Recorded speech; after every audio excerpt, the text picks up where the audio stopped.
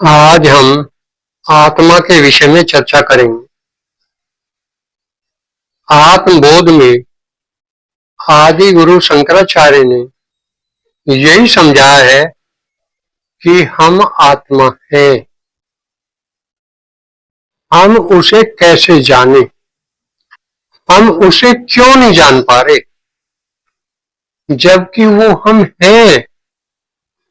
उसे कहीं बाहर से थोड़ा ही खोजना है, वो तो हमारा स्वभाव है।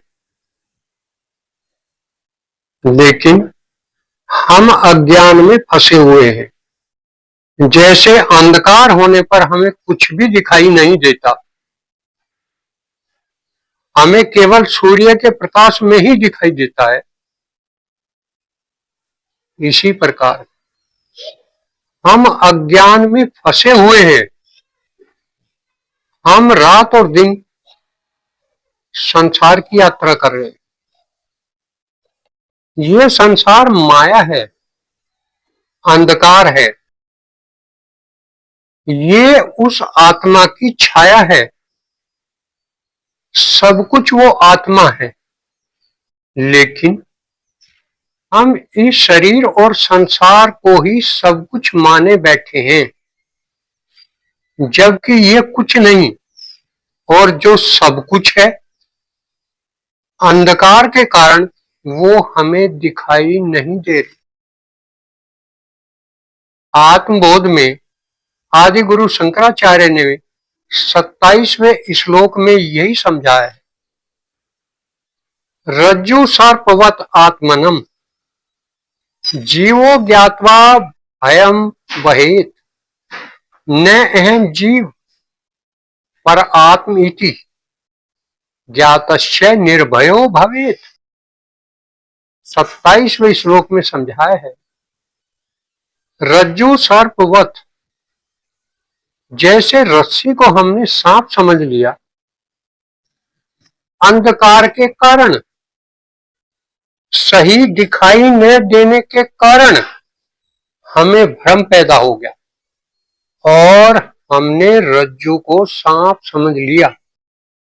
इसी प्रकार आत्मानम जीवो ज्ञात्वा, आत्मा को हमने जीव मान लिया, जबकि जैसे रस्सी सांप नहीं है, इसी प्रकार हम जीव नहीं हैं, हम आत्मा हैं। और जैसे रज्जु को सांप समझकर हम भयभीत हो जाते हैं, भयभीत हो जाते हैं और अनेक तरह की धारणाएं बना लेते हैं। ये सांप मुझे डस लेगा, मेरी मृत्यु हो जाएगी। अनेक तरह की धारणाएं वो अपने मन के अंदर बना लेता है।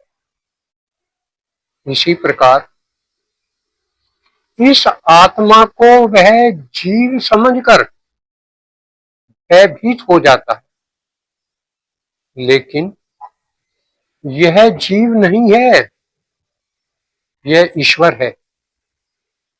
ज्ञातस्य निर्भयो, अगर हमें यह ज्ञात हो जाए कि मैं शरीर और संसार नहीं हूं, मैं जीव नहीं हूं, मैं तो आत्मा हूं, जो इस सृष्टि का कारण है। सृष्टि और व्यष्टि एक है। इसी प्रकार से हम आत्मा हैं, तो हम निर्भय हो जाते हैं। किस चीज का भय? जो सृष्टि के बनाने वाला है, जो सृष्टि के चलाने वाला है, मैं तो उससे जुड़ा हूं। मैं भिखारी कहां हूं, मैं तो सम्राट हूं।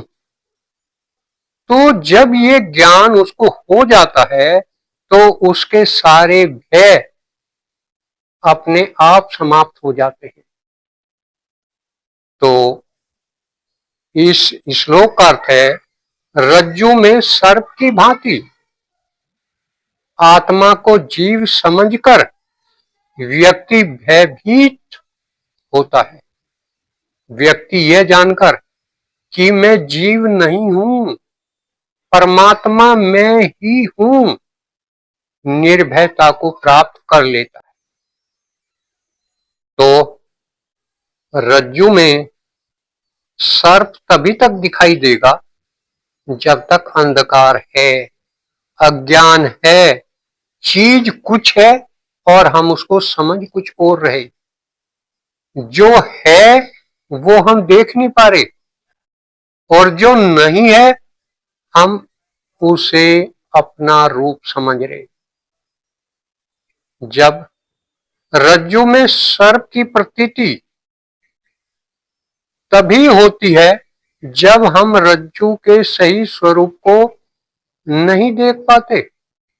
कारण है अंधकार। यहीं से अनेक धारणाएं जन्म लेती हैं।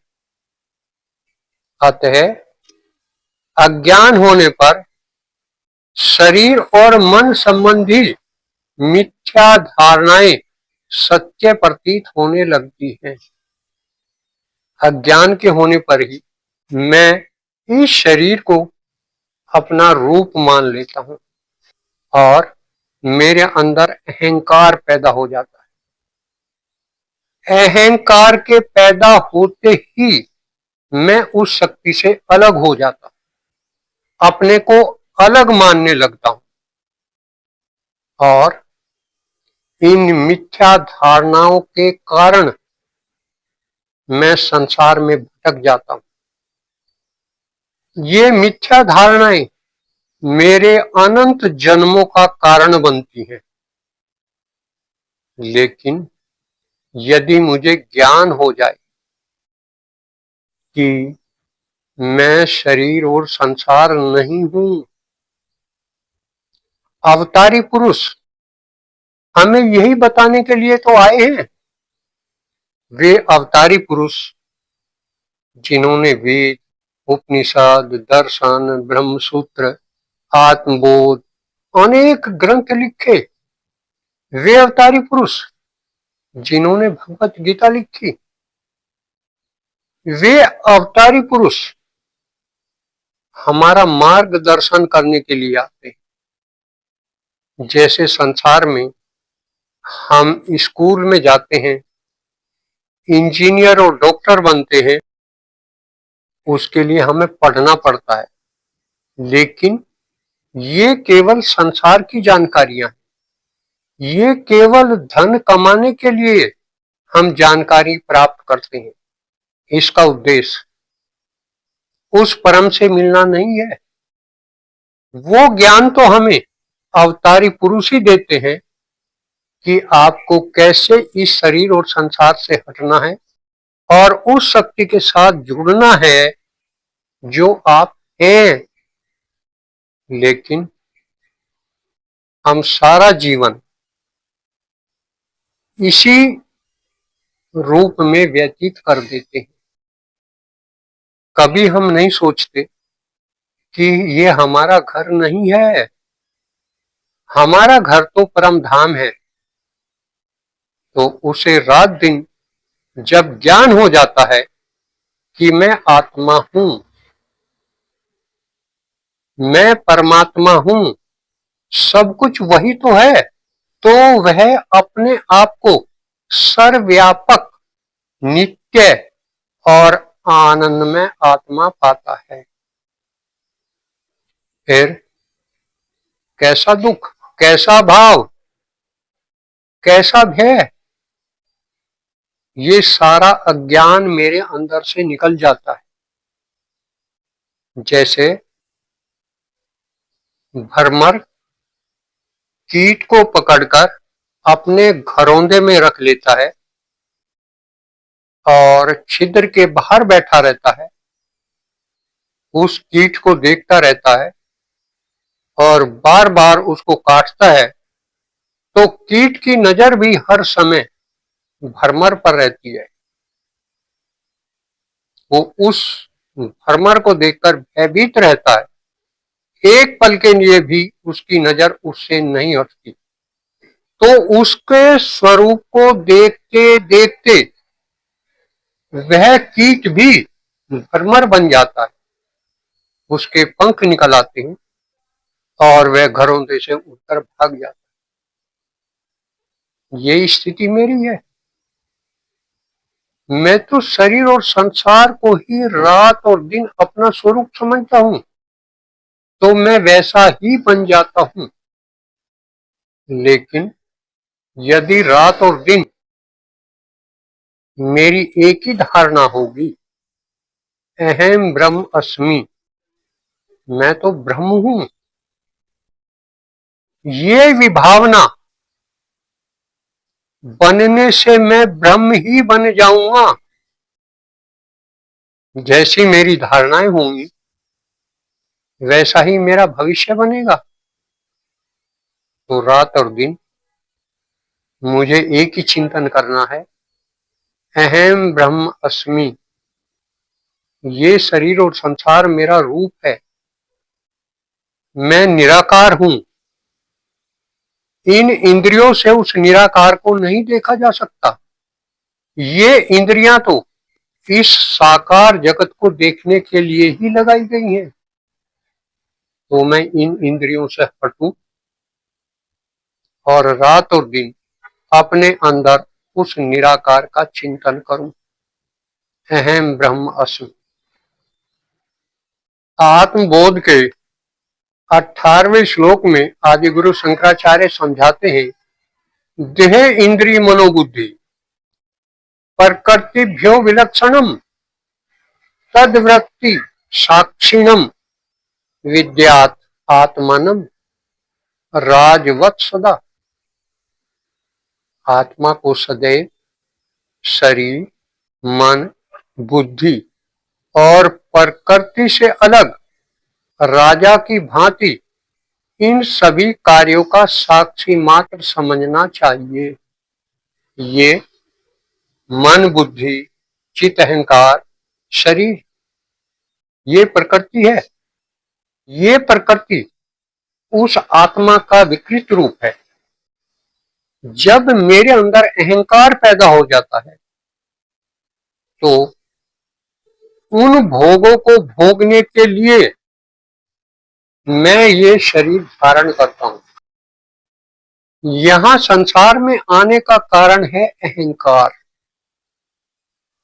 तो अहंकार के कारण मैं इस प्रकृति को ही अपना रूप समझ बैठता हूं। लेकिन वह आत्मा, वह ईश्वर इस मन, बुद्धि, चित्त, अहंकार, शरीर और संसार से अलग एक राजा की भांति, वो इसका साक्षी मात्र है, इसको देखता है, इस पर नियंत्रण करता है, वो इसमें व्याप्त नहीं होता, वो इससे प्रभावित नहीं होता। यह प्रकृति उससे अलग है। वह परमात्मा इस प्रकृति का प्रकाशक है। प्रकाशक प्रकाश्य पदार्थों से भिन्न होता है।